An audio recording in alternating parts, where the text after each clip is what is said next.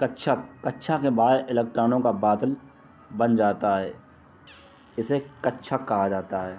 कक्षक की संख्या उपकक्षा में इलेक्ट्रॉनों की आधी होती है।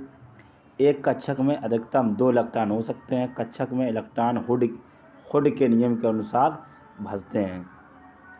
आपको ये ध्यान रखना है कि जो हुड का नियम है, तो हुड के नियम के आधार पर ही कक्षा में जो इलेक्ट्रॉन है उन्हीं के नियम के अनुसार दिए जाते हैं। इस नियम के अनुसार कक्षा में पहले एक एक करके इलेक्ट्रॉन प्रवेश करते हैं, बाद में विपरीत चक्रण में इलेक्ट्रॉनों को जोड़ा जाता है। SPDF उपकक्षा क्या होती है? SPDF इस तरीके से देखेंगे आप उसको। SPDF के तरीके से देखेंगे तो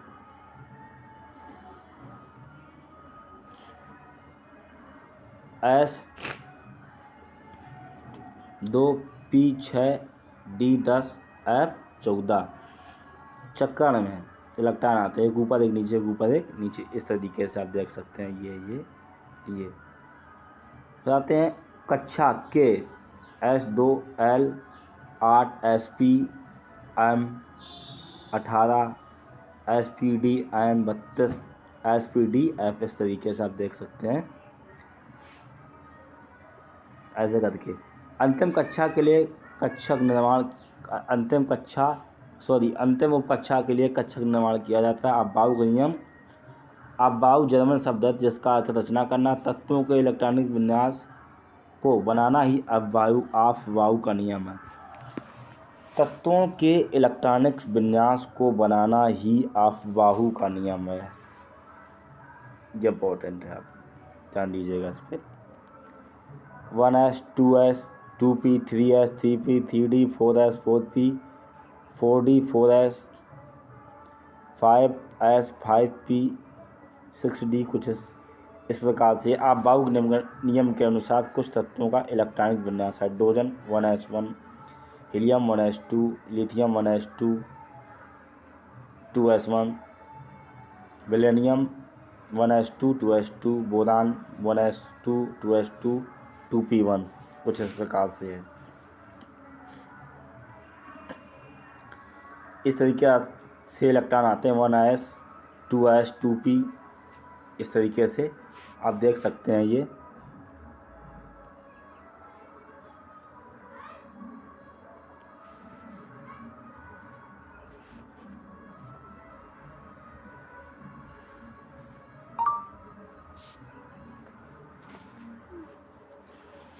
कुछ इस तरीके से आप देख सकते हैं। ये अफबाऊ के नियम के कुछ अपवाद हैं, ये इम्पोर्टेंट है। जो अपवाद हैं इसके, ये बहुत इम्पोर्टेंट है, आप इनको जरूर तैयार करके जाइए, पढ़ के जाइए। अपवाद ही परीक्षा में पूछे जाते हैं, जैसे क्रोमियम, कॉपर, Au, ठीक, Ag, ये कुछ 4 तत्व हैं जो इसके अपवाद हैं। बस ये पूछे जाएंगे आपके लिए, ये आपको पढ़ के जाना है। क्वांटम संख्या वह संख्या जो इलेक्ट्रॉनों की बिल्कुल सटीक स्थिति को बताती है, इलेक्ट्रॉनों की पूर्ण जानकारी देती है। इलेक्ट्रॉनों की जो पूर्ण जानकारी देती है उसे बोलते हैं क्वांटम संख्या। क्वांटम संख्या 4 प्रकार की होती है: मुख्य, द्विगुणित, चुंबकीय और चक्रण।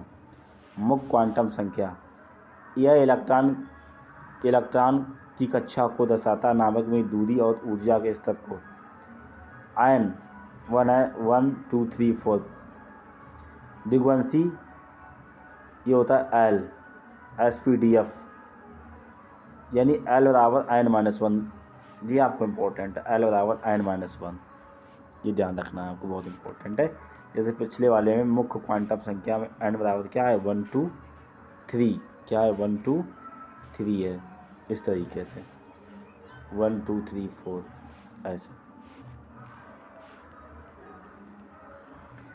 चुंबकीय क्वांटम संख्या मैग्नेटिक क्वांटम नंबर है, यह कक्षा को दर्शाता है। m से डिनोट करते हैं। m बराबर m के लिए m बराबर L-1 + 1 इस तरीके से। पी कक्षा के लिए L बराबर 1, M माइनस 1, 0 प्लस 1, इस तरीके से कुछ रहेंगे। ऐसे क्वांटम चक्रण संख्या यह कक्षा में चक्कर लगाए इलेक्ट्रॉनों को दर्शाता है, सीधा और उल्टा, clock anti clock. S 1 + y2 + 1/2 S - 1/2। इलेक्ट्रॉनों के लिए क्वांटम नंबर F9 जैसे 1s2 2s2 2p5। 8वें इलेक्ट्रॉन के लिए n बराबर 2, L का मान 1 रहेगा। M का मान, जब M का मान निकालते हैं L का मान 2 है तो M के मान के लिए -L + 1, तो -0 + 1, कुछ इस तरीके से। सोडियम 11 के लिए 1s2 2s2 2p6 3s1। कक्षा 2 उपकक्षा कितनी है P, L उपकक्षा P अहम कक्षक, इस तरीके से S - 1/2। कैल्शियम के 7वें 13वें 7वें 13वें 7वें 20वें इलेक्ट्रॉन, जैसे क्लोरीन लिखा है तो क्लोरीन 1s2 2s2 2p6 और 3s2। क्लोरीन 20 के लिए देखो पूरा दिया गया है 1s2 2s2 2p6 3s2 3p6 4s2 और 4d10। कक्षा आयन 3 L उपकक्षा 3 M कक्षक और S + 1/2 आयन दूसरे के लिए N3 उपकक्षा 12, कुछ इस तरीके से। ये सब इतना नहीं पूछा जाएगा, लेकिन आपको जो बहुत खास इंपॉर्टेंट है वो आपको हम बता दे रहे हैं। इलेक्ट्रॉनिक्स विन्यास ज्ञान करने की लघु विधि।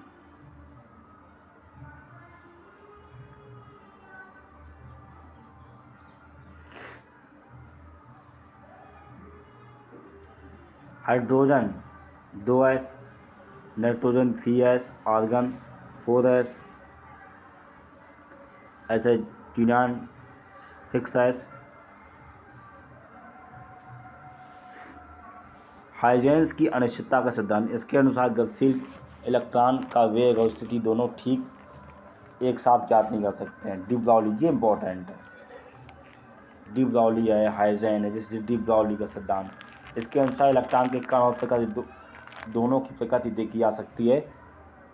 इसके अनुसार तरंगदैर्ध्य और संवेग एक दूसरे के व्युत्क्रमानुपात होते हैं, ये दिया गया है। λ/h/p, h क्या आ जाए, h प्लांक नियतांक है, ये बहुत इंपॉर्टेंट है। कुल इलेक्ट्रॉन, किसी वायतम कक्षा को छोड़कर अंदर आने वाली सभी कक्षाओं में उपस्थित इलेक्ट्रॉनों की संख्या को कुल इलेक्ट्रॉन कहते हैं। इनकी ऊर्जा कम होती है। संयोजी इलेक्ट्रॉन, किसी कक्षा के बाहरी कक्षा में उपस्थित इलेक्ट्रॉनों की संख्या को संयोजी इलेक्ट्रॉन क्या होते हैं बाहरी कक्षा में, बस इतना ध्यान रखना है। संयोजी इलेक्ट्रॉनों की संख्या 1 से 8 तक होती है। किसी तत्व के बाहर कक्षा में 8 इलेक्ट्रॉन रखना चाहता है। कोई भी रासायनिक अभिक्रिया इलेक्ट्रॉन ग्रहण आवेश ही भाग लेते हैं, क्योंकि इनमें ऊर्जा सर्वाधिक होती है। जैसे संयोजी इलेक्ट्रॉन 3, कोर इलेक्ट्रॉन 10।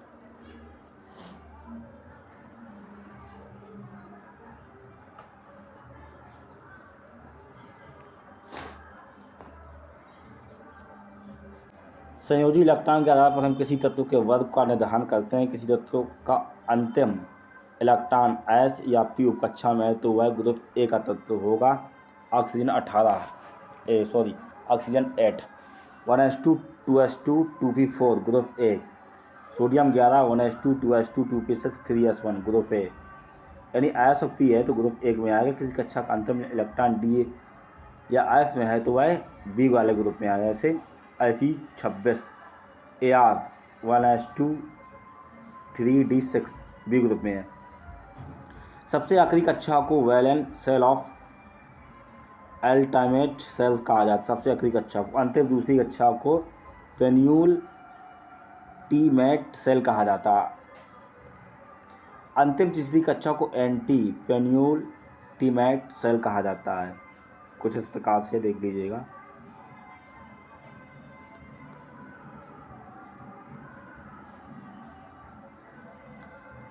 संयोजकता, किसी तत्व में इलेक्ट्रॉन से संयोग करने की क्षमता को